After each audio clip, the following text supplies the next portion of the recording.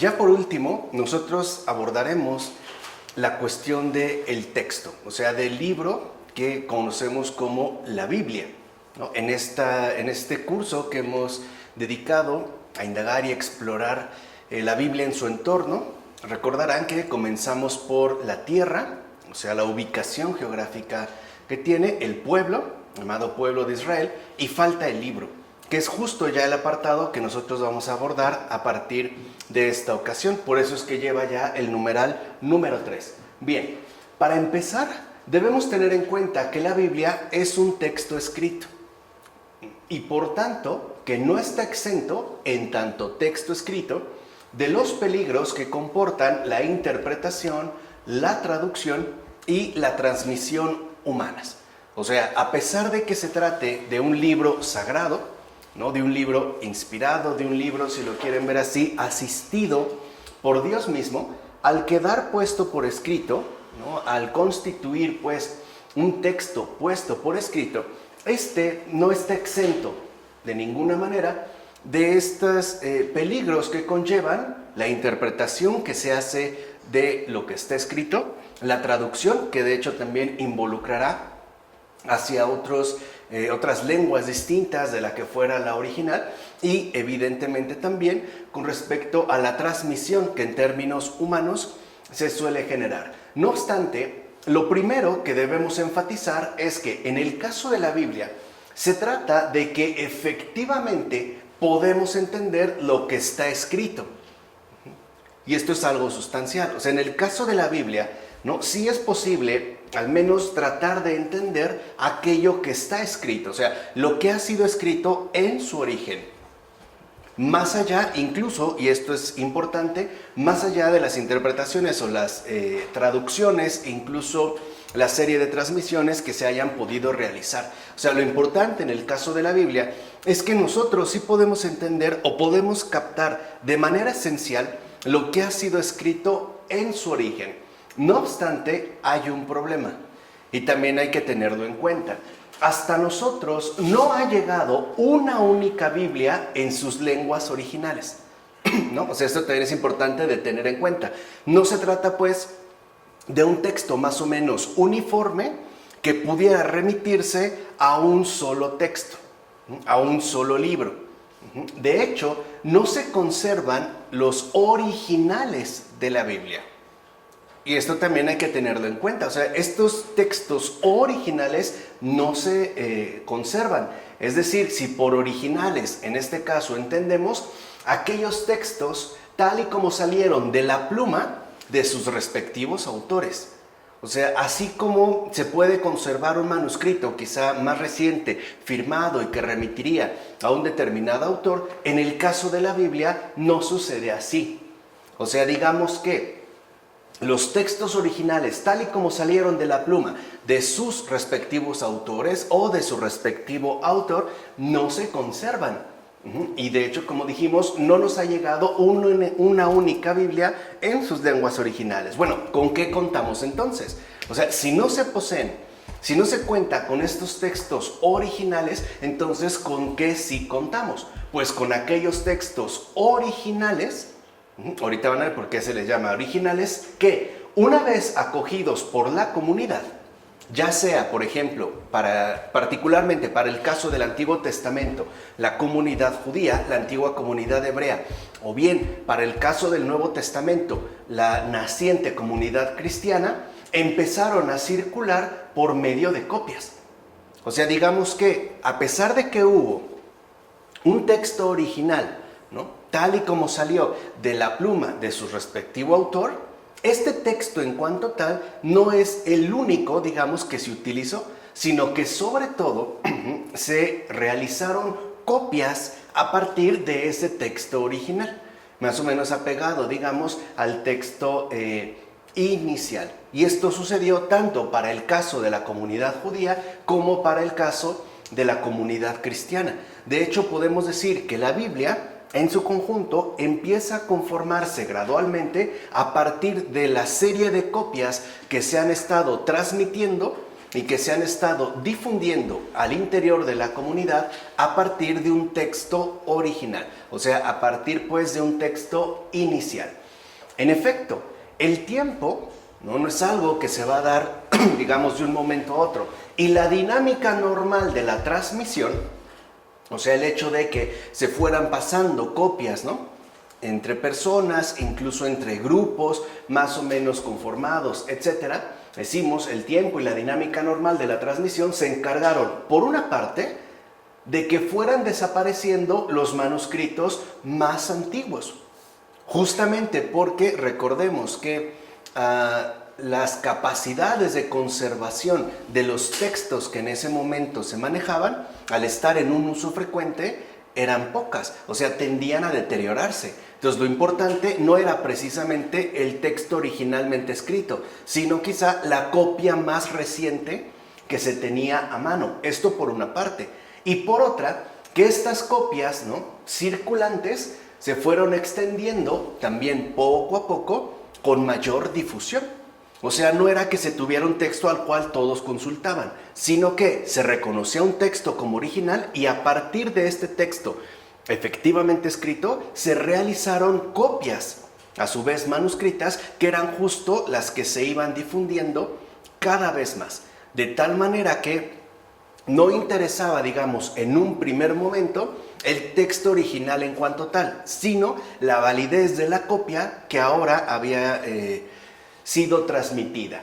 De hecho, tal circulación de copias y esta circulación, ¿no?, de estos textos copiados se dieron tanto en lengua original como en algunas traducciones, fue ganando terreno poco a poco con respecto a los primeros textos. De hecho, llegará el momento en que incluso se tendrán que contrastar entre sí las copias que ya están circulando de manera habitual. O sea, el texto originario, los primeros textos ciertamente escritos, quedan pues desplazados. Estamos hablando pues de la dinámica histórico-cultural de estos tiempos, para nosotros al menos ya tan remotos. Veamos, por ejemplo, y es justo por lo que vamos a comenzar en esta ocasión, el caso del Antiguo Testamento, AT, ¿no? Sabemos que es la abreviación del Antiguo Testamento. Veamos así a grandes rasgos este caso. Cuando San Jerónimo, en su trabajo de traducción del Antiguo Testamento al latín, ¿no?, que es, digamos, al que se le atribuye esta gran obra de traducción, ¿no?, de los textos bíblicos al latín, decidió partir de los textos hebreos y no de los textos griegos de los 70, ya hablaremos de esta versión adelante en particular, no de estos textos griegos que habían sido elaborados en la comunidad de Alejandría y que fueron conocidos como la versión de los 70, por ejemplo, San Jerónimo pensó que estaba siguiendo un principio básico de la crítica textual. O sea, el modo de proceder de San Jerónimo, ¿no?, parecía estar pues apegado a un principio básico de la crítica textual. ¿Cuál? La fidelidad hacia el texto original. O sea, de hecho, lo que, digamos, pretendió San Jerónimo era no quedarse en la copia transmitida a través de una traducción en griego, digamos la versión de los 70, sino que, de acuerdo con San Jerónimo, era más importante remitirse al texto original, que en el caso del Antiguo Testamento había sido escrito, al menos en principio, en hebreo. Y a estos, digamos, textos en hebreos, a los que se remitió San Jerónimo, les dio el nombre de Hebraica Veritas, o sea, la verdad hebrea, que por haber estado escritos originalmente en hebreo, eran, digamos, más originales que aquella otra traducción en griego que correspondía a la versión de los 70. En efecto, parecía más justo traducir de la lengua original que hacer ya una traducción de otra traducción, ¿no? Ese sería como el criterio textual más importante que sigue San Jerónimo. O sea, sería más fiel la traducción si se hace del original, en este caso del hebreo, al latín, que hacer una traducción de otra traducción, en este caso en griego, al latín, ¿no? Pareciera que se podía pues establecer un criterio de traducción mucho más fiel a la versión original. O sea, saltándose, por así decirlo, el griego y remitiéndose de lleno al hebreo. Además, traduciendo desde el hebreo, y de hecho San Jerónimo lo aprendió con una serie de sabios que conoció ya durante su estancia en Jerusalén.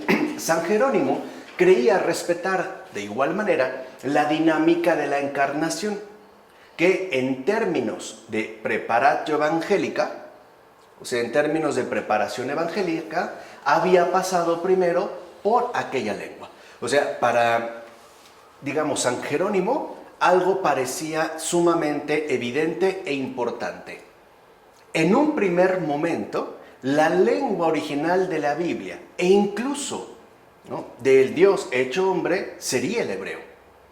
Por eso habría que irse de nuevo a las fuentes hebreas, a lo que él llamó Hebraica Veritas, y no seguir, digamos, atenidos a la traducción que ya circulaba para ese entonces de manera masiva, pero que correspondía en último término a la versión de los 70s, o sea, a una traducción hecha en griego del texto hebreo.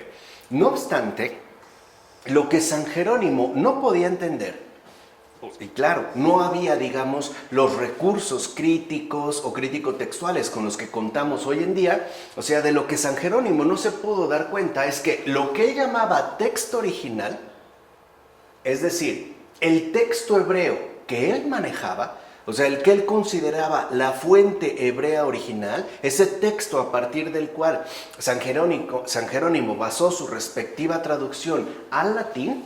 De hecho, era el texto protomasorético que circulaba en Palestina en el siglo IV después de Cristo. No era realmente el texto original, sino que era más bien una cierta tradición textual hebrea, y por cierto, no la única. Esto es, ¿no?, la que finalmente se estableció y se unificó bajo la autoridad de los fariseos en el siglo I después de Cristo. O sea, ni siquiera podemos decir que el texto al que acudió San Jerónimo era el texto original y definitivo. Más bien correspondía al llamado texto proto-masorético, ya lo veremos en detalle más adelante, que remite a una entre muchas tradiciones textuales. De hecho, no era la única, y fue el texto al que pudo tener acceso San Jerónimo. Y además es, por otra parte, a la que pudo acceder San Jerónimo, porque esta versión, ¿no?, protomasorética, que remite a la tradición textual hebrea de los fariseos, es precisamente la que se había establecido como canon de unificación para el pueblo hebreo. Pero vean, estamos hablando ya en el siglo I después de Cristo. ¿Se entiende? O sea, aquí vemos pues que tampoco podría decirse que tenía San Jerónimo la fuente original. O sea, ahí también hay un problema que vale la pena resaltar. Recordemos que, como vimos hacia el final de la exposición dedicada al antiguo pueblo de Israel, al final lo único que pudo pervivir fue el movimiento fariseo. Los demás se extinguieron hasta la consolidación de del judaísmo rabínico. Bueno, ¿qué ocurre entonces con el Nuevo Testamento? O sea, si esto es a grandes rasgos lo que ocurre con el Antiguo Testamento, ¿qué pasa con el Nuevo Testamento? ¿Podríamos hablar en este caso de un texto original? No, porque también en este caso, o sea, aún tratándose pues de los evangelios, la categoría de original sigue siendo problemática. Es verdad que ninguno de los libros del Nuevo Testamento conoce diferentes ediciones. Esto sí. O sea, en el caso de los libros del Nuevo Testamento, no hay como tal diferentes ediciones. Entiéndase por esto, redacciones añadidas y o complementarias. O sea, que se haya escrito, digamos, algún texto del Nuevo Testamento y que posteriormente en una redacción realizada más adelante se le hayan puesto ciertos complementos e incluso que se le hayan insertado ciertos añadidos. Esto no, como tal no lo hay, pero sí es posible encontrar perícopas, o sea, simples versículos que ciertamente hacen difícil trazar una frontera exacta entre el texto primario, o sea, el texto que salió, pues, ¿no?, de la pluma del autor correspondiente, y las diversas copias que después se pusieron en transmisión. Esto sí cabría del Nuevo Testamento. Este, por ejemplo, sería el caso del llamado final largo del Evangelio de Marcos, que remitiría al Evangelio de Marcos, capítulo 16, versículos 9 a 20, en el cual no aparece, por ejemplo, este llamado final largo de este capítulo y estos versículos. Este final largo no aparece en dos de los códices griegos más importantes del Nuevo Testamento, es decir, en el Sinaiticus y en el Vaticanus. O sea, en estos dos códices, que son considerados, digamos, referentes esenciales para los textos del Nuevo Testamento, este final largo no aparece. Y es más, tampoco está presente en otras versiones manuscritas que fueron hechas en siríaco y en latín antiguo. O sea, este final largo, estos versículos que estamos mencionando de este capítulo, no aparecen ni en los dos códices griegos más importantes del Nuevo Testamento y tampoco en las versiones manuscritas que se hicieran en siríaco y en latín antiguo.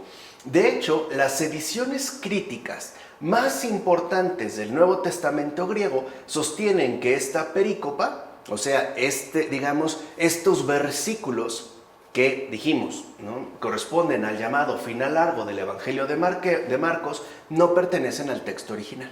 O sea, muchos sostienen que estos últimos versículos, ¿no?, que se llama o que remitirían al llamado final largo, no estaban presentes en el texto original. No obstante, a pesar de que esto se pueda llegar a sostener por la ausencia, ¿no?, que se presenta en otros referentes importantes como los que hemos mencionado, este texto, o sea, este final largo, sí es canónico para la Iglesia Católica. O sea, sí se reconoce y se acepta, digamos, como parte del canon bíblico. O sea, remitiría pues al Evangelio de Marcos como tal. No sería una añadidura. Y lo mismo ocurre con las perícopas, estos versículos de la mujer adúltera del Evangelio de Juan. O sea, en el capítulo 7, ¿no?, versículos 53, o en el 8, versículo 11. O bien con el final de la carta a los romanos, que sería el capítulo 16, versículos 21 a 27. Son canónicos para la Iglesia Católica, aun cuando no aparezcan en otros códices importantes para el caso del Nuevo Testamento. Entonces, esto nos demuestra que hay ciertos factores que escapan a la crítica textual. O sea, si solamente nosotros nos quisiéramos basar en el texto escrito, hay muchos factores que evidentemente pues se dejan de lado, no se pueden captar, y que de hecho son determinantes a la hora de fijar el texto que se considera normativo. O sea, esto hay que tenerlo como muy en claro. Por otro lado, y al contrario que el texto hebreo del Antiguo Testamento, el texto griego del Nuevo Testamento está testimoniado en miles de manuscritos con multitud de variantes.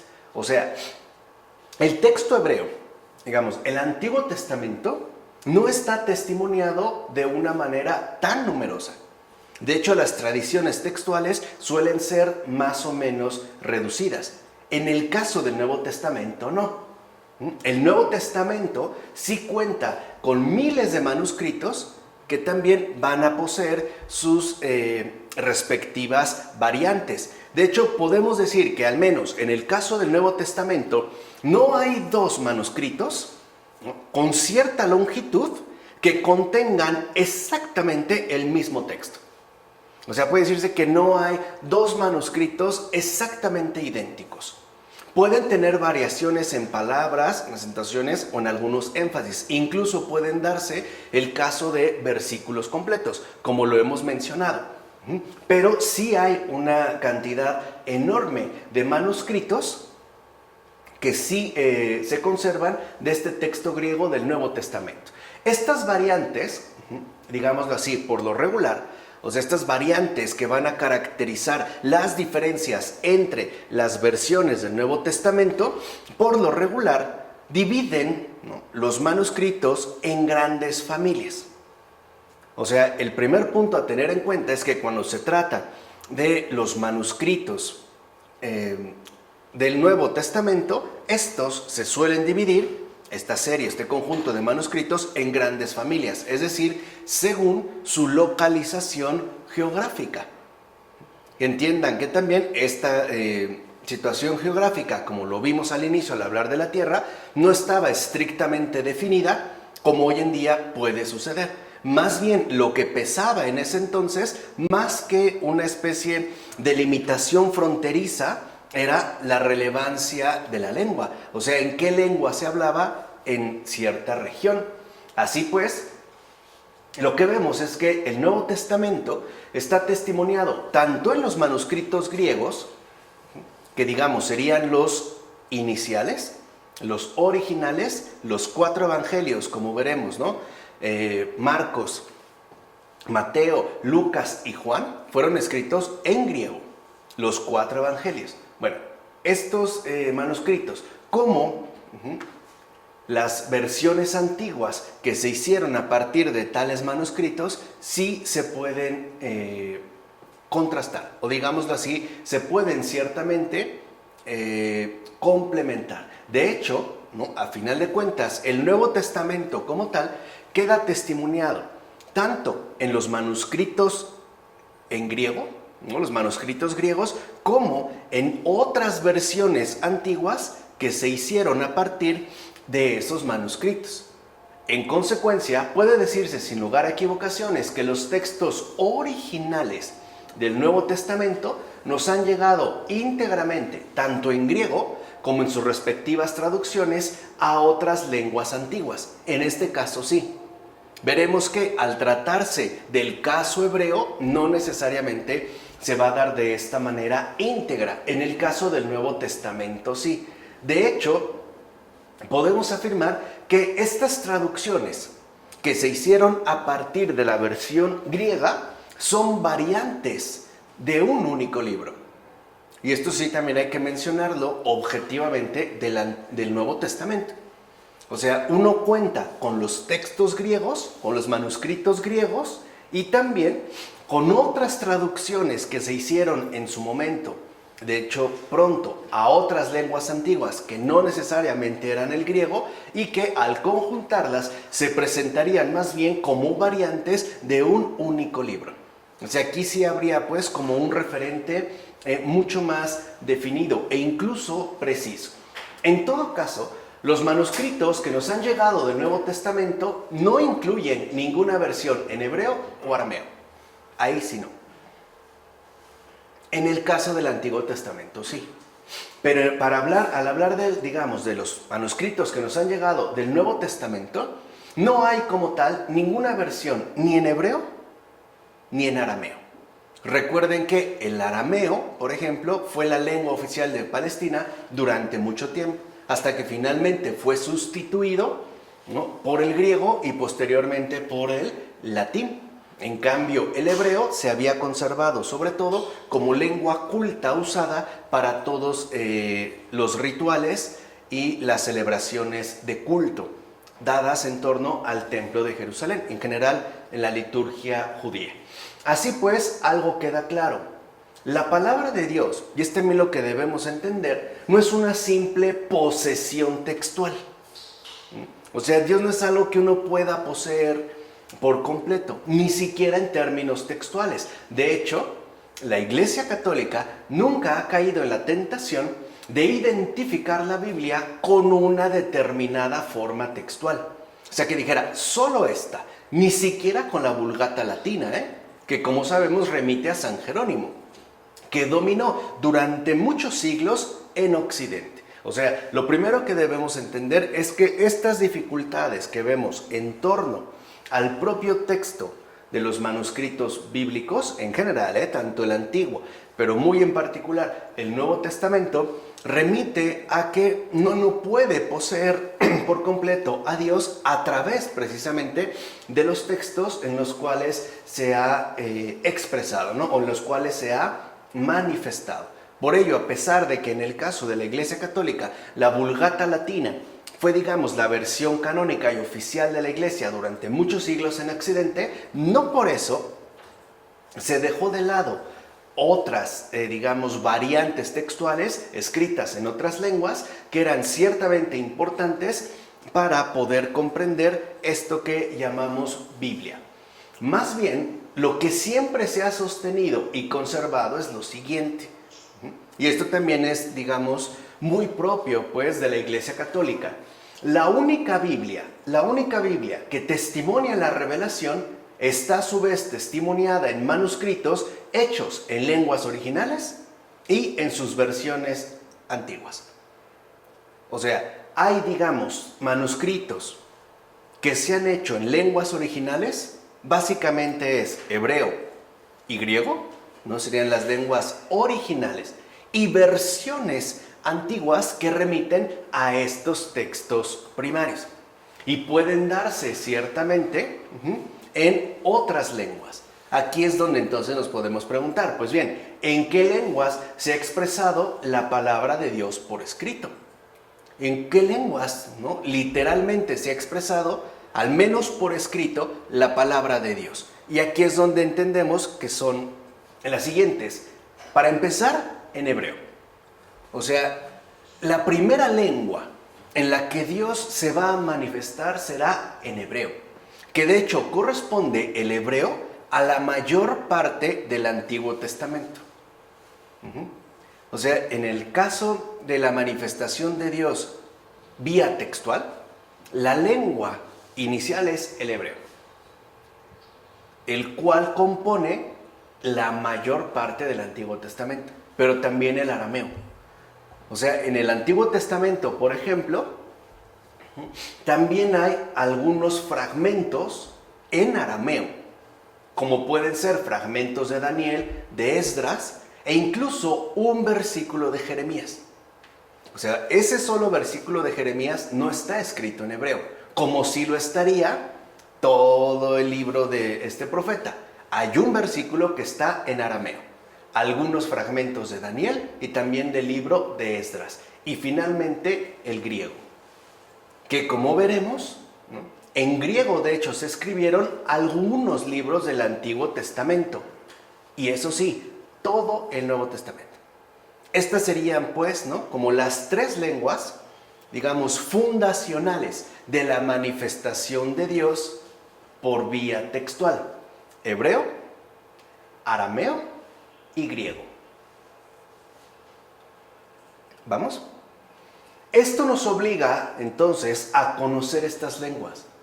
O sea, de hecho, si nosotros realmente quisiéramos acercarnos íntimamente en términos textuales a la Biblia, tendríamos que conocer a fondo el hebreo, el arameo y el griego. Precisamente, ¿no?, para ser capaces de entender qué dicen ahí. Es decir, en estos textos, las palabras de Dios. Y además, este conocimiento tampoco podría ser de tipo genérico. O sea, no podríamos, digamos, aprender el mismo hebreo que hoy en día se puede todavía hablar en algunas regiones particulares de Palestina, o sobre todo a lo mejor en las sinagogas, ¿no?, porque las lenguas, como sabemos, cambian con el tiempo. No es como decía Wittgenstein, los juegos de lenguaje, las conformaciones verbales, ¿no?, siempre corresponden a determinadas formas de vida. Así pues, no podríamos nosotros, digamos, atender a una especie de estudio genérico de estas lenguas. En todo caso, es importante conocer la lengua en su real funcionalidad. Esto es, según su operatividad en el momento o momentos en que se pusieron por escrito los libros bíblicos. Eso sí es importante. O sea, entender pues que la lengua funciona de una manera muy particular en ciertos momentos históricos, en ciertos periodos en particular. Por eso, lo importante en este caso es que entendamos la funcionalidad, ¿no?, la operatividad de las lenguas que hemos mencionado al momento de haber sido puestas por escrito o digamos, para conformar los libros bíblicos. O sea, por decirlo brevemente, esto es lo importante en este caso. Lo que está en juego no es una simple traducción. O sea, no se trata solamente de hacer una traducción, sino lo que realmente está en juego, en el caso de los libros bíblicos, trátese del Antiguo Testamento, o bien del Nuevo Testamento es la recta comprensión del discurso divino trasladado a las formas del discurso humano.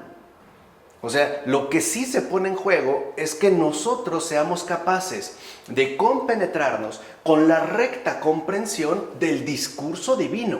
Ahora, un discurso divino, que no se da, por decirlo así, en idioma de Dios, sino que se traslada, ¿no? O se expresa incluso para, nuestro beneficio a través, o que se expresa por medio de las formas del discurso humano con el cual nosotros solemos funcionar.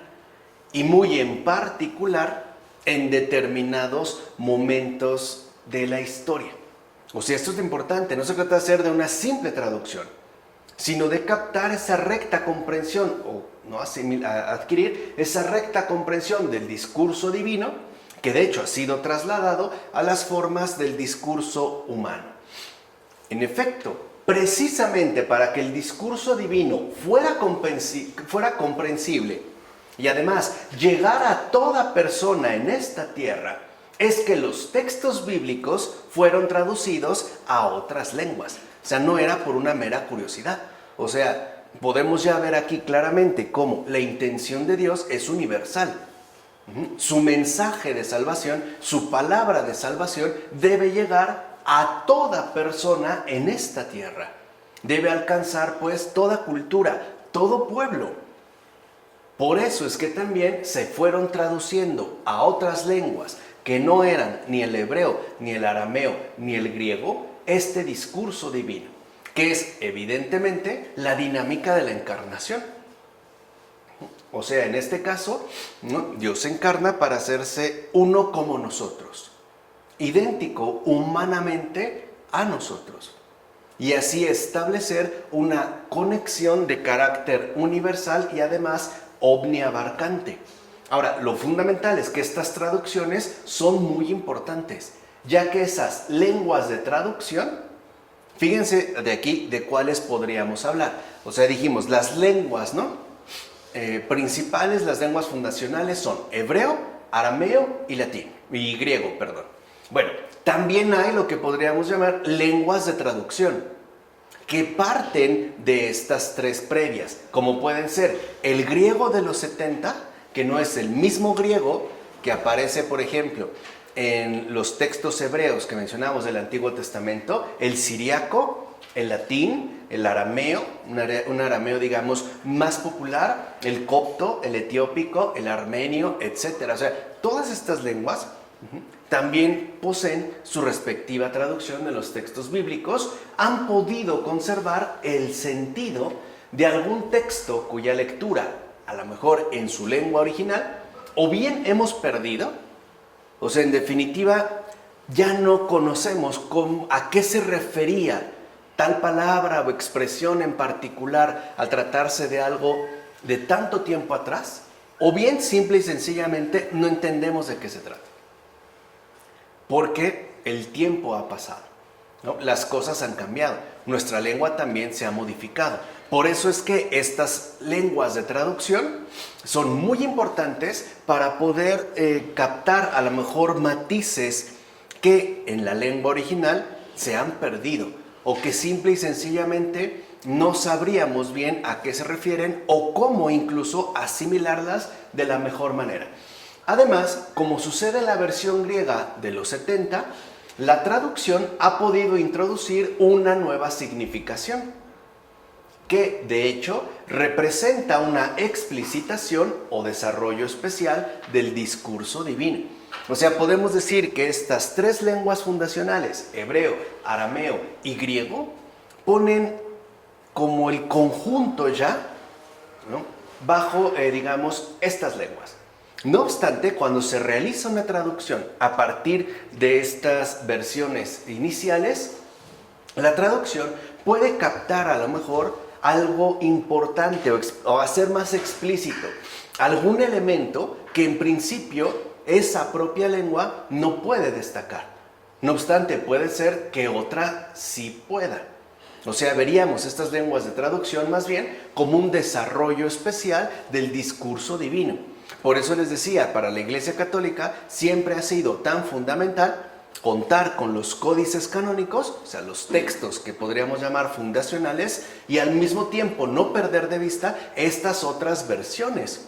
Porque en esas otras versiones también se puede encontrar, y de hecho se encuentra, un desarrollo especial del discurso divino. Una apertura, digamos, un enriquecimiento que no puede ser dejado de lado. De hecho, que el Antiguo Testamento hebreo haya sido traducido por los mismos judíos, la versión griega de los 70, la versión aramea de los Targumín, y muy probablemente también la versión siríaca de la Peshita. Ahorita no me detengo porque ya hablaremos de cada una de estas en detalle más adelante. Y posteriormente, junto al Nuevo Testamento por los cristianos de los primeros siglos, recuerden que los cristianos de los primeros siglos, los iniciales, eran judíos también. Nos obliga a fijarnos también en estas lenguas de traducción que a final de cuentas, y eso es lo importante, también vehiculan las palabras divinas. O sea, ¿qué quiere decir? Que la palabra de Dios sí puede expresarse en cualquier lengua, aun cuando tenga una base de referencia. No sé si me explico, o sea, quiere decir que Dios no es inaccesible, pues, para un pueblo en particular o para una cultura en especial. Al contrario, Dios puede expresarse de una manera muy íntima, muy familiar, muy cercana, en una lengua que corresponda a un pueblo muy en particular, aun cuando se parta de un fundamento compartido, o sea, de una versión inicial que puede darse en hebreo, en arameo o bien en griego. O sea, toda cultura y por ende toda lengua puede vehicular, ¿no?, las palabras divinas. Dios puede comunicarse pues con cualquier persona, independientemente de su lengua, lo cual ya establece como una especie de intimidad, ¿no?, entre Dios y el hablante en particular. Por ejemplo, alguien cuya lengua original sea otra a la que usualmente habla, en su oración va a utilizar esa lengua original. Y a lo mejor puede expresar cosas que en la otra lengua que ha tenido que asumir no necesariamente podría. O sea, aquí veríamos como esta intimidad, ¿no?, que Dios establece por medio de vehicular las palabras divinas en otras lenguas. Así pues, adentrémonos entonces un momento en lo central de esas lenguas para poder comprender el texto bíblico. Dijimos, no solo bastaría con el hebreo, el arameo y el griego. También tendríamos que adentrarnos, aunque sea brevemente, en este caso, en estas otras lenguas de traducción, justo para que podamos comprender, ¿no?, asimilar la recta comprensión del texto bíblico. Para empezar, el hebreo del Antiguo Testamento es una lengua semítica. Eso es lo primero que debemos de entender. O sea, el hebreo del Antiguo Testamento es una lengua semítica. Y que además, en tanto lengua semítica, o sea, una lengua que remite a un pueblo que no ha estado fijado en un territorio por muchos siglos, como puede ser el caso de los egipcios, ¿no?, cuyo territorio imperio estuvo definido durante mucho tiempo, sino que están en movimiento, posee también influjos e incluso préstamos de otras lenguas más o menos cercanas. Por ejemplo, el ugarítico o el acadio. Ambas lenguas, o sea, el ugarítico y el acadio, son muy anteriores, muy anteriores. Históricamente hablando, o sea, el ugarítico y el acadio serían mucho más antiguas en el tiempo al hebreo bíblico.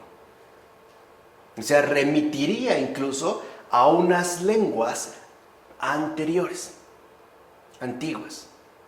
Y el hebreo justo del Antiguo Testamento, el hebreo bíblico, cuenta con influencias de ambas e incluso con préstamos lingüísticos, tanto del ugarítico como del acadio.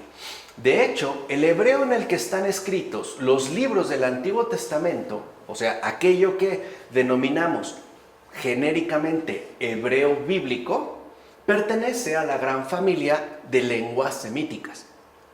Estaría pues ubicado este hebreo dentro de esta gran familia. Y esta familia de lenguas semíticas, además del hebreo, para que vean un poco, ¿no?, como la familia a la cual corresponde o a la cual pertenece, está conformada también por el acadio, el ugarítico, el fenicio, el arameo, el árabe, entre otros.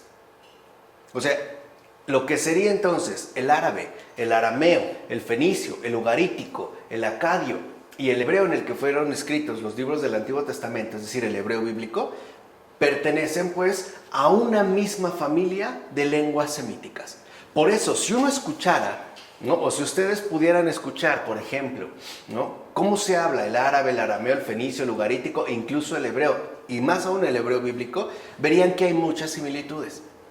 Claro, son lenguas completamente distintas, pero sí tienen ciertos puntos de cercanía. Incluso hasta en términos sonoros puede darse una cierta como correspondencia, pero pertenecerían a esta gran familia.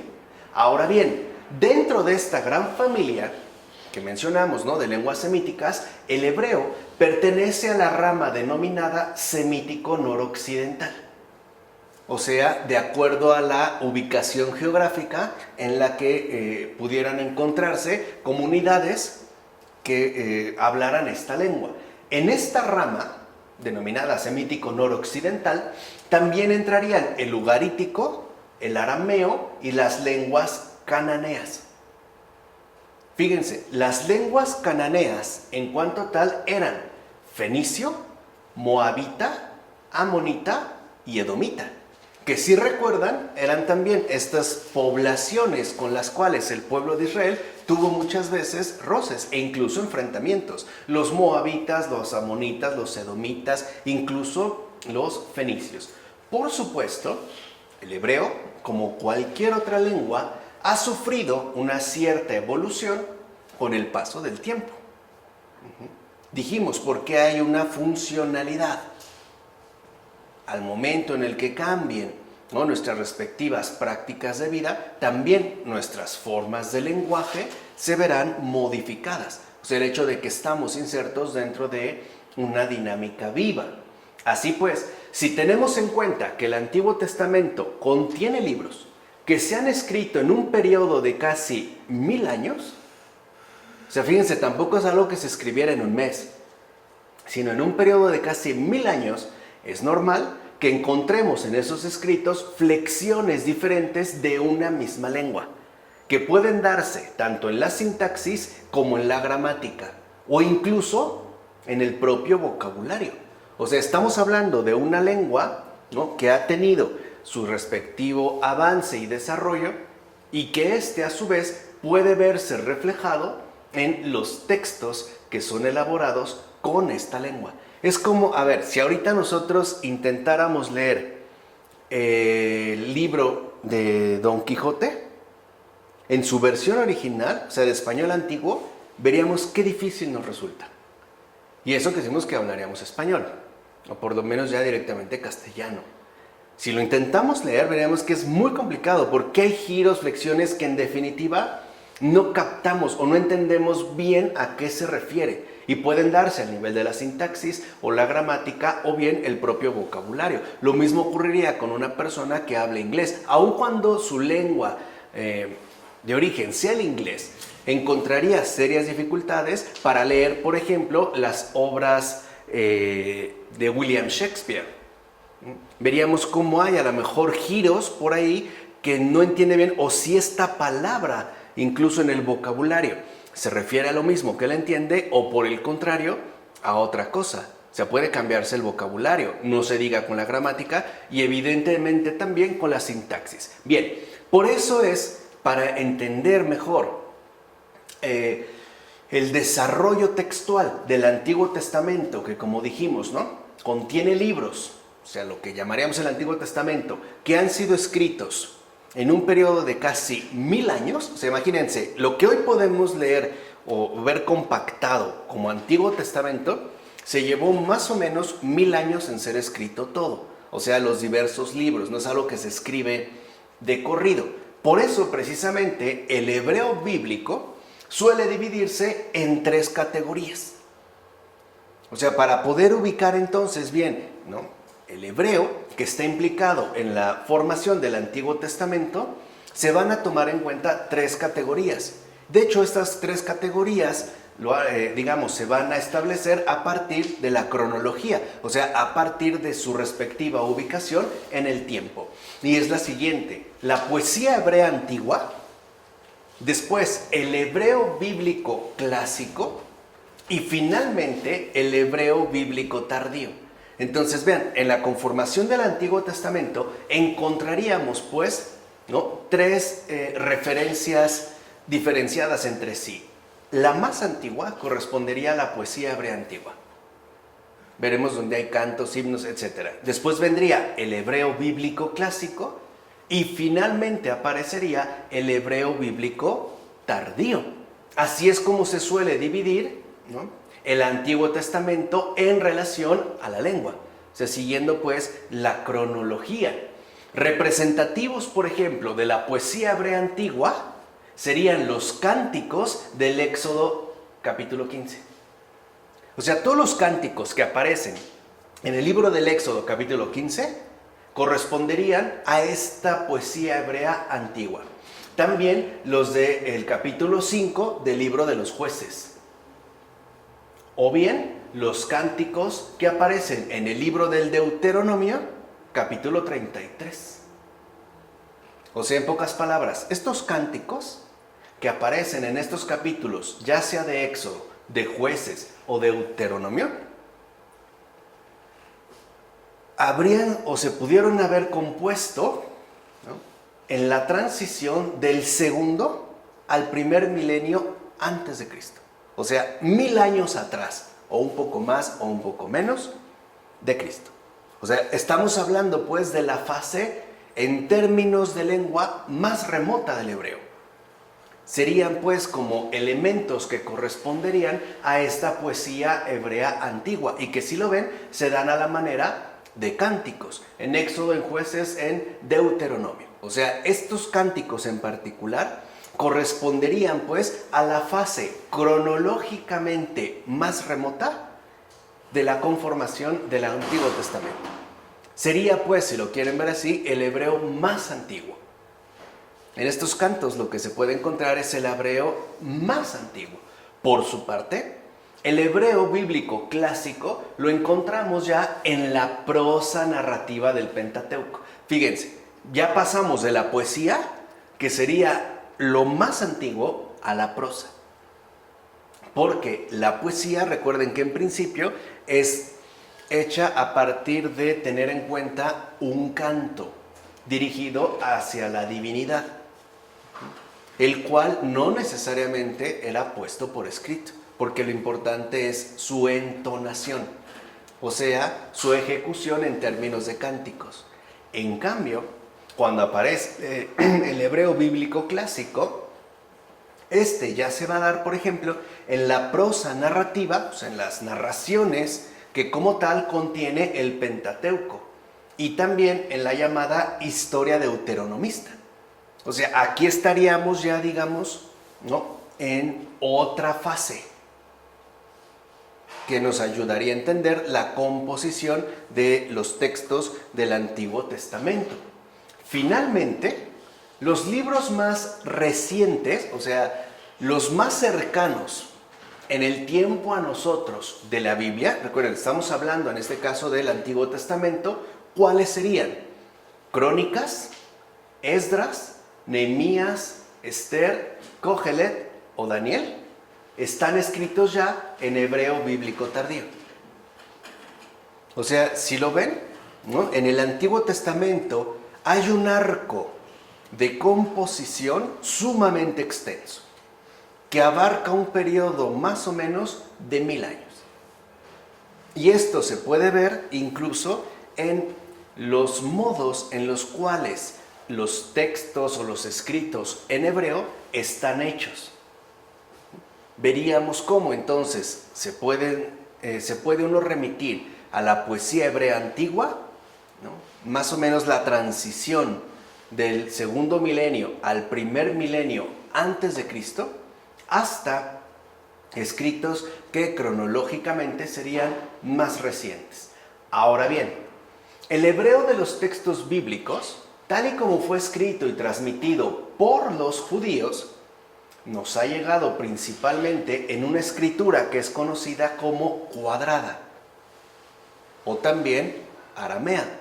Si ustedes conocen el hebreo puesto por escrito, verán que efectivamente parecen cuadritos, ¿no? Es una especie de escritura cuadrada, ¿no? Es como cuadrada, y también así se le conoce. Y este tipo de escritura representa la evolución dada del alfabeto fenicio.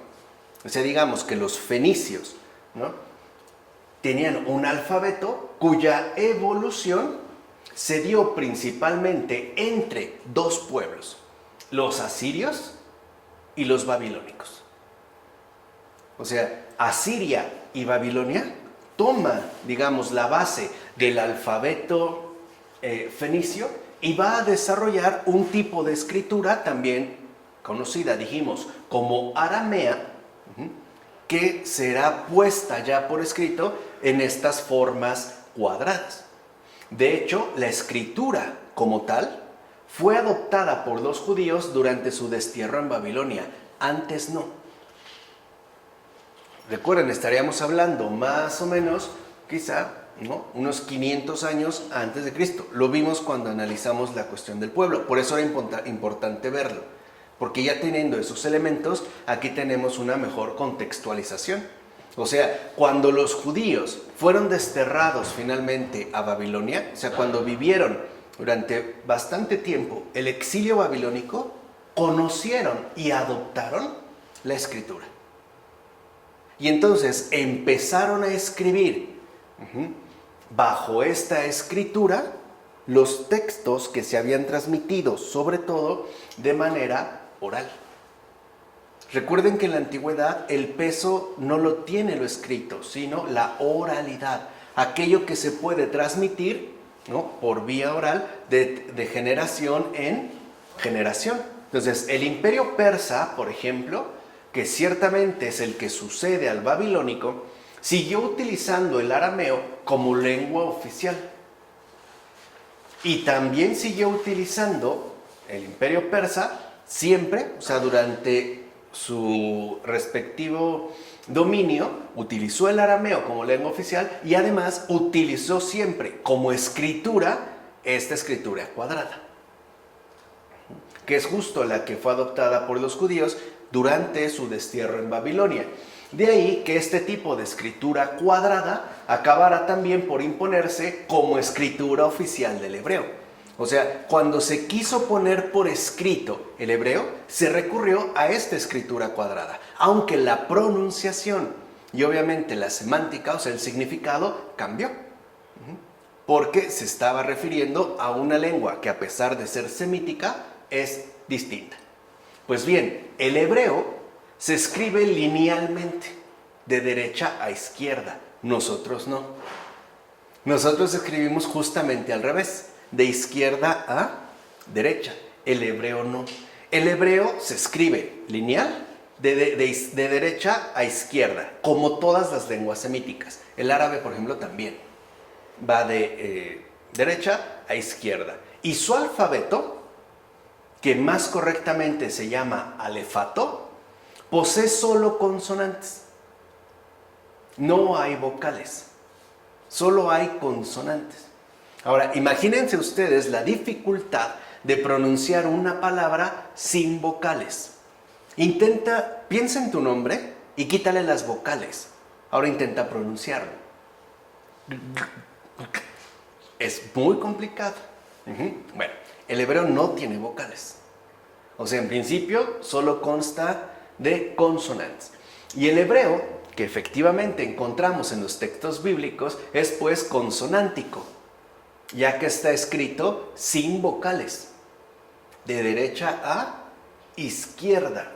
Ciertamente, las vocales, porque si no la pronunciación es imposible, las vocales sí se van incorporando, pero al momento de leer. nunca al escribir. O sea, el hebreo se escribe, ¿no? De derecha a izquierda, o sea, digamos de acá para acá, en las letras cuadradas, consonantes. Las vocales solamente se introducen al momento de leerlo, y por eso vemos que tienen puntitos, tienen su nombre, lo veremos, diáresis, rayitas, y de hecho, para que uno aprenda a leer hebreo, tienes que verlo, cómo lo pronuncian. No sé si han visto celebraciones litúrgicas, ¿no?, judías, donde tienen el texto y tienen como una varita, que es ritual, tiene un nombre muy particular, y lo van señalando. Entonces, cuando hacen su iniciación los jóvenes, también los niños, tienen que ir viendo dónde va la vocal para que esa sea la pronunciación. Nosotros no, o sea, nosotros lo ponemos directo, ellos no. Entonces, las vocales solamente se añaden al momento de leer, nunca son puestas al momento de escribir. Se escribe solo con consonantes.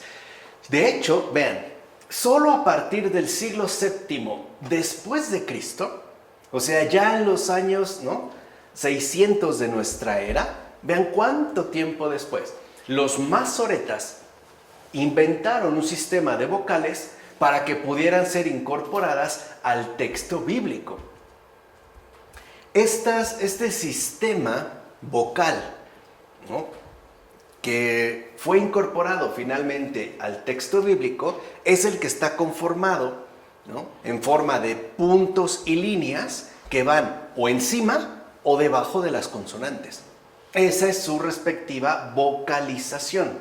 Además, lo hicieron los masoretas, ya veremos por qué se llaman masoras, etc., ¿no?, pero lo hicieron con el propósito de que se pudiera de una vez fijar una tradición de lectura que ya no diera cabida a ambigüedades. O sea, que el texto bíblico no se leyera como se diera la gana, sino que se fijara, ¿no?, la lectura que le corresponde. Por eso era tan importante ya establecer este sistema de pronunciación.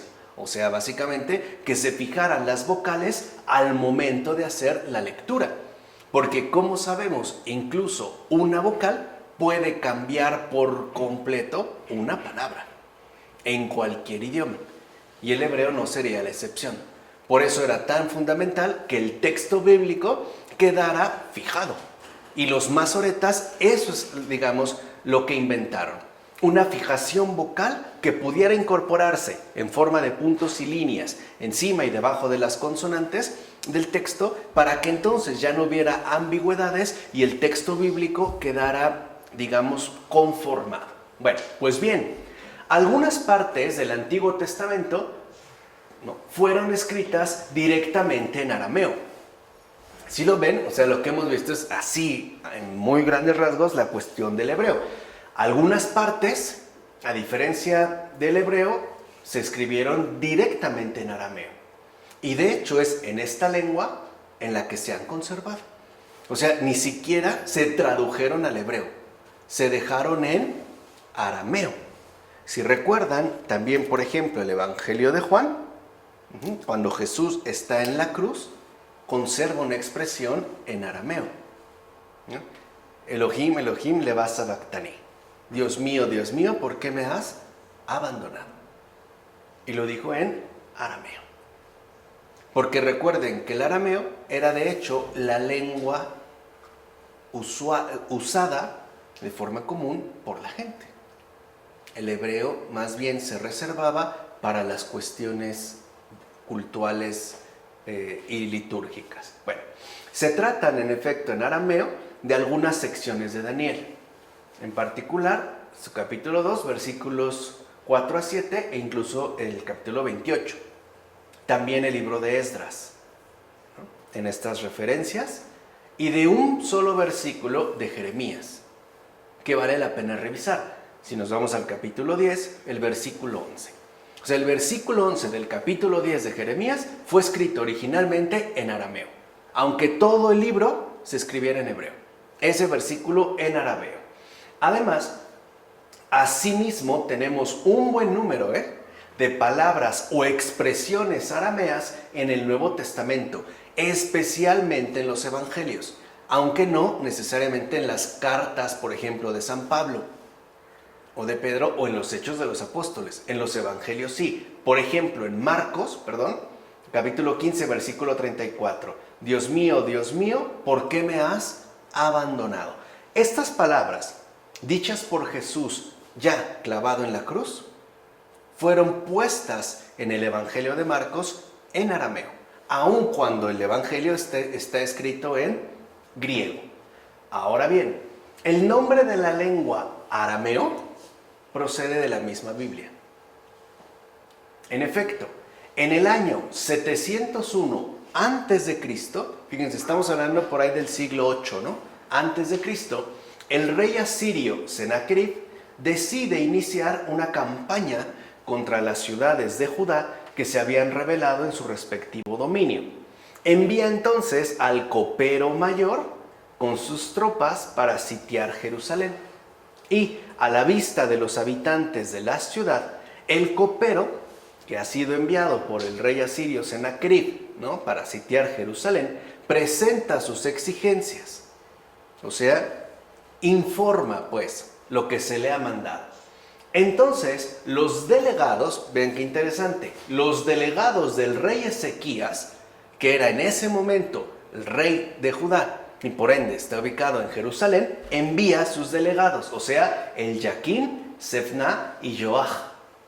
Y vean, estos delegados, ¿no?, le ruegan al copero que les hable en arameo, pues también ellos lo entienden. O sea, a pesar de que ellos hablan hebreo, también hablan arameo y lo entienden.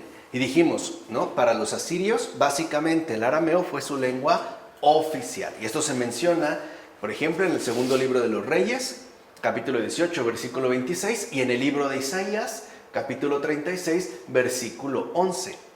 Ahora, lo que los delegados de Ezequías llaman arameo, haciendo referencia a los pueblos arameos de su entorno, es la lengua del imperio asirio. O sea, cuando ellos hablan de arameo, están hablando pues de la lengua oficial del imperio asirio. O sea, ¿qué hablaban los asirios? Arameo. Además, una lengua que también van a usar los imperios babilónicos y persas. ¿Se entiende? O sea, asirios, babilónicos y persas hablaban arameo. Y como sabemos, al haber dominado en la región del Oriente Próximo durante tanto tiempo, también van a dejar, digamos, una huella profunda en estas poblaciones y la lengua utilizada, al menos de manera oficial, es decir, el arameo. Como lengua oficial del imperio, era conocida por los altos oficiales del Estado que se ocupaban de las relaciones internacionales. Era, digamos, la lengua diplomática que manejaban, insisto, los altos oficiales del Estado, pero que el pueblo desconoce. Porque era reservada, en este caso, ¿no?, el arameo, para las esferas de la alta política. En cambio, el pueblo no la habla. De hecho, solamente con la llegada del destierro a Babilonia, tras la caída de Jerusalén en el año 587 a.C., el arameo, entonces, ahora sí, penetrará en la cultura popular judía. O sea, ahora el arameo, ¿no?, estará, digamos, muy presente en la vida común de la gente. Es más, fíjense, y esto es fundamental, el arameo, a partir del exilio babilónico, incluso llegará a sustituir a la lengua de Judá, es decir, al hebreo. O sea, a partir del exilio babilónico, si los judíos hablaban precisamente la lengua de Judá, entre ellos, a partir del exilio babilónico, habrá una especie de sustitución. Ahora ya básicamente no van a hablar hebreo, van a hablar arameo, debido también a la circunstancia histórica que se vive. Y el hebreo quedará reservado para las cuestiones religiosas, o sea, para las cuestiones oficiales, pero no del Estado, sino del templo. ¿De acuerdo? En efecto, a partir de entonces, el arameo ya se impondrá como la lengua del pueblo, incluso durante los periodos de dominación griega y romana en tierras de Palestina. O sea, aun cuando llegaron, digamos, ¿no?, el imperio helenístico a dominar esta región e impusiera el griego como la lengua oficial, el arameo se mantuvo como la lengua de la gente en general. Y también, aunque llegara después, ¿no?, a doblegar el imperio helenístico, el imperio romano impusiera el latín, en tierras de Palestina se siguió conservando justo el arameo. Es más, de hecho, el arameo era la lengua popular, o sea, la lengua común de la gente común en tiempos de Jesús. Por eso, que se conserve en Marcos, como mencionamos, esta expresión en arameo es significativo, porque indica que Jesús era alguien cercano a la gente común. De hecho, habló como lo hacía cualquier persona en esos momentos. ¿Se entiende? Por eso les decía que en el Evangelio de Marcos se deje esta expresión en arameo, dice cosas importantes. O sea, no es una mera casualidad, ¿no?, ni algún fallo en términos de redacción del Evangelio. No, en tiempos de Jesús, la gente común hablaba arameo. Por eso es que también Jesús se va a expresar ahí en particular en arameo. Y cabe mencionar que en la antigüedad esta lengua, es decir, el arameo, también era conocida con otros nombres. Por ejemplo, también se le solía llamar sirio o caldeo. O sea, cuando hablamos de los caldeos, estamos hablando de un pueblo cuya lengua también era el arameo. Se le dice caldeo porque, bueno, pertenecía a esta población en particular, pero el arameo también era conocida como sirio o caldeo.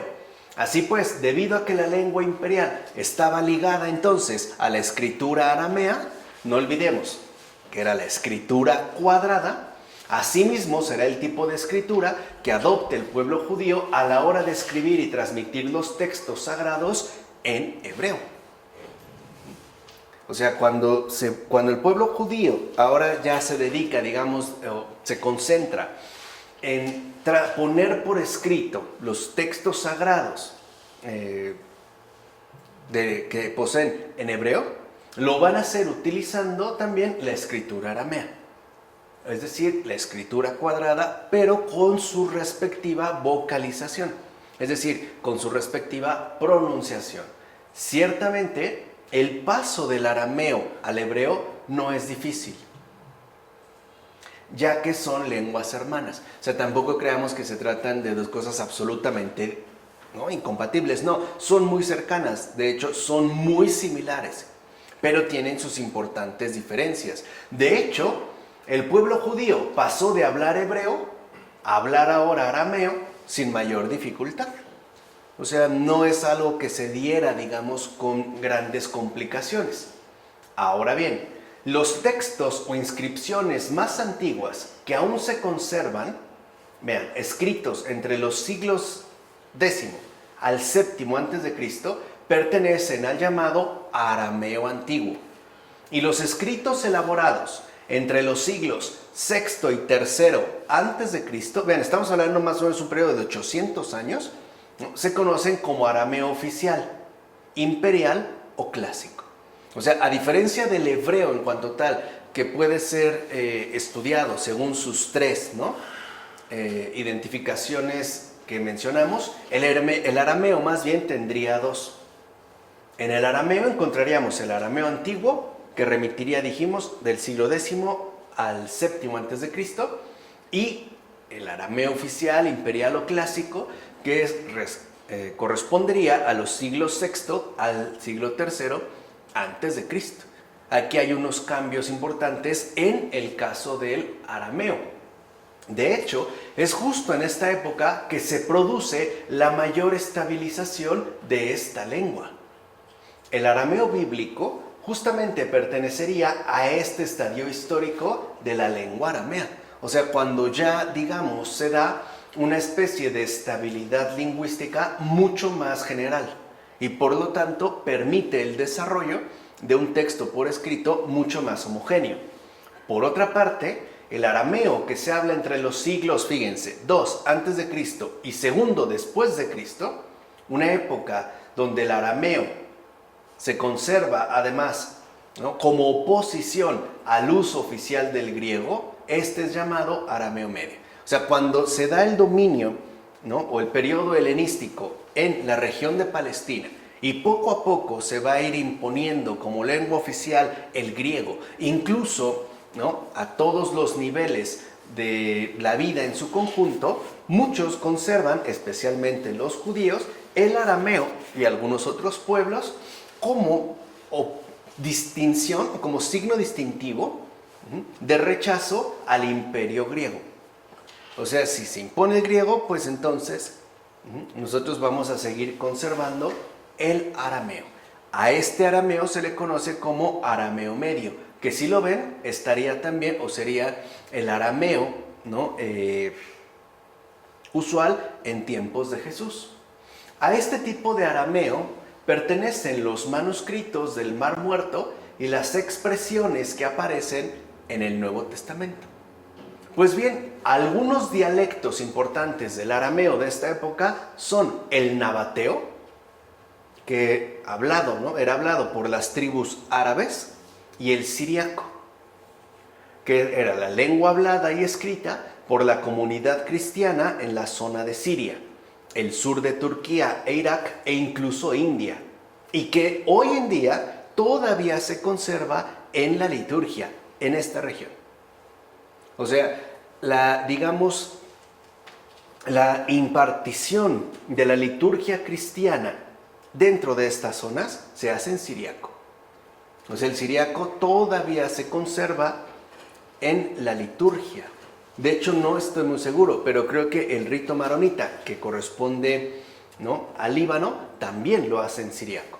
Porque el siriaco y el árabe también son hermanos, son muy cercanos.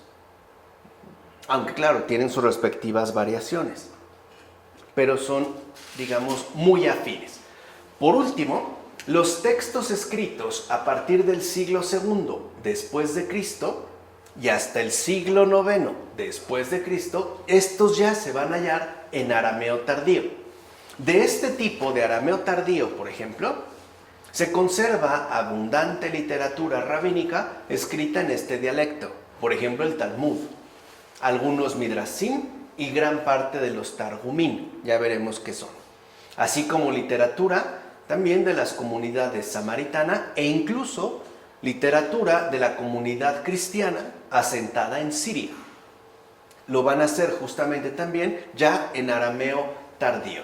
Ahora, con respecto al griego, nos han llegado varios libros del Antiguo Testamento, como los libros deuterocanónicos, algunos escritos directamente en esa lengua, como el libro de la sabiduría y todo el Nuevo Testamento. El griego es también la lengua de la versión del Antiguo Testamento de los 70, la cual jugó un papel decisivo en la redacción del Nuevo Testamento y en la primera literatura cristiana. Pues bien, aunque entre el griego de los libros deuterocanónicos del Antiguo Testamento y el griego del Nuevo Testamento puede haber más de 2 siglos de distancia, ambos pertenecen a lo que es llamado griego koiné. O sea, el griego, pues, de estos textos que mencionamos, ¿no?, que aparecen escritos en griego en el Antiguo Testamento y el griego del Nuevo Testamento, serían o corresponderían al griego llamado koiné. O sea, se trata de la lengua imperial que se impone con la llegada de Alejandro Magno al Oriente Próximo en el 333 a.C. y la cual se extenderá como lengua imperial, fíjense, hasta el siglo VI después de Cristo. O sea, hasta el siglo VI después de Cristo, la lengua oficial que se emplea es el griego, pero además es este griego koiné, que como dijimos emerge ya en el periodo helenístico. Bien, la base de esta lengua es el dialecto ático, que se conoce como griego clásico. Y este dialecto asimismo posee algunos elementos de otros dialectos griegos como el jónico o el dórico, e incluso pueden encontrarse ciertos influjos de muchas otras lenguas con las que esta lengua imperial estuvo en contacto, porque al abarcar tantos territorios, pues es evidente que ¿no?, se va a mezclar con otras lenguas distintas. Ahora bien, el griego koiné poseía tanto expresiones cultas como expresiones más bien populares. O sea, no era, digamos, un griego totalmente uniforme. Había expresiones mucho más formales y otras más populares.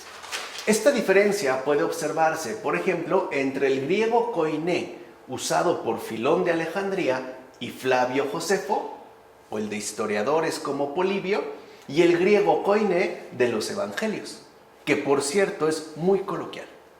O sea, el griego, pues, koiné, en el que fueron escritos los evangelios, es un griego muy coloquial, muy popular, muy accesible, muy, si lo quieren ver así, sencillo. De hecho, el griego koiné de los evangelios está a su vez muy salpicado de semitismos, que a final de cuentas remiten tanto al hebreo como al arameo.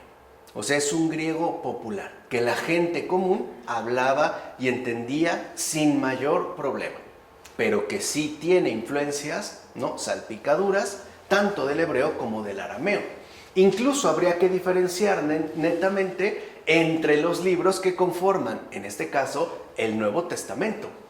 En efecto, el griego de los 2 primeros capítulos de Lucas, del Evangelio de Marcos o el capítulo 7 de Hechos, por mencionar algunos ejemplos destacados, muestran una clara interferencia de una lengua semítica. Y por tanto, deberían incluso estudiarse por aparte del griego de las cartas paulinas. Las cartas de Pablo, dicho sea de paso, son mucho más acordes con las reglas de la sintaxis e incluso de la retórica netamente griega. O sea, las cartas de Pablo son más cultas en el griego que emplea. Se ve incluso que Pablo era una persona pues más estudiada y que por lo tanto pues es, digamos, su modo de expresión en griego es más formal, no tan coloquial como sí se da el caso en los evangelios. Pongamos un ejemplo del griego semitizante tomado del Nuevo Testamento. El sustantivo cardia, corazón, debe entenderse a partir de la antropología hebrea en tanto sede de la vida consciente, lugar de la razón y de la toma de decisiones. O sea, para la antropología hebrea, el corazón, en griego cardia, es el centro de la vida misma, es el núcleo esencial de la persona. En primer lugar, porque es en el corazón donde se encuentra ubicada la sede de la vida consciente. O sea, en la antropología griega no es psicología, la vida consciente es la vida en cuanto tal. O sea, cuando se detiene el corazón, no hay vida. Esto ha cambiado en la modernidad. Bueno, no me voy a desviar para allá. Hoy pensamos que es cerebral, pero en el caso de la antropología hebrea, la sede de la vida está en el corazón. Además, en el corazón se ubica también la razón y la voluntad. Lo que hemos mencionado en términos de toma de decisiones. Aquí vemos este influjo, por ejemplo, semitizante. Así pues, el corazón no tiene nada que ver en sentido semítico con la sede del sentimiento, como podría llegar a suponerse hoy en día. Por eso, no sé, celebramos el Día del Amor y la Amistad, 14 de febrero, y damos globitos de corazón, porque asociamos el corazón con los sentimientos. En el caso, en sentido semítico, no. El corazón no tiene nada que ver con un sentimiento. Y es, por ejemplo, vean, en tal sentido, como de hecho aparece en Lucas, capítulo 5, versículo 22. ¿Qué se dice? Vean, en este versículo. Conociendo Jesús sus pensamientos, les dijo: ¿qué estáis pensando en vuestros corazones? ¿Se dan cuenta? Y Jesús está hablando de, digamos, apegado a la antropología hebrea. O sea, está hablando pues en sentido semítico. O bien también en Lucas, capítulo 24, versículo 25. Él les dijo, o sea Jesús: oh insensatos y tardos de corazón para creer todo lo que dijeron los profetas. Está hablando pues en este sentido semítico. Por cierto, asimismo debemos tener en cuenta los materiales que fueron utilizados para la escritura en la antigüedad. Entonces vemos cómo no solo van a importar, ¿no?, dicho sea de paso, las lenguas en las que fueron escritas, su modo de transmisión, su traducción y la conformación, ¿no?, que se dio a partir de la Biblia. La próxima ocasión, lo que nosotros ya veremos es que también los materiales que fueron empleados para poner por escrito los textos bíblicos tienen su relevancia. Porque en tanto soporte de los escritos, estos materiales fueron muy diferentes entre sí. Incluso se utilizaron tablas de arcilla, piedra, hueso, madera, metales, cerámica, etc. Son, digamos, materiales que se pueden encontrar al momento de poner por escrito los textos bíblicos. Aunque la inmensa mayoría de los manuscritos fueron más bien escritos en papiro y en pergamino. Ya veremos cuáles son las diferencias. Pero aquí lo que me interesa, ¿no?, es que haya quedado muy claro cuál es, digamos, la forma o las lenguas fundamentales de aquello que llamamos Biblia. De dónde parten. Y que también no olvidemos que en tanto texto como tal tiene una peculiar forma de conformación. O sea, al final veremos, ¿no?, que se trata de una palabra viva, que de hecho es acorde con la dinámica que se presenta a lo largo de nuestra historia. Pues bien, vamos a dejarla hasta aquí. En nombre del Padre, del Hijo, del Espíritu Santo. Amén.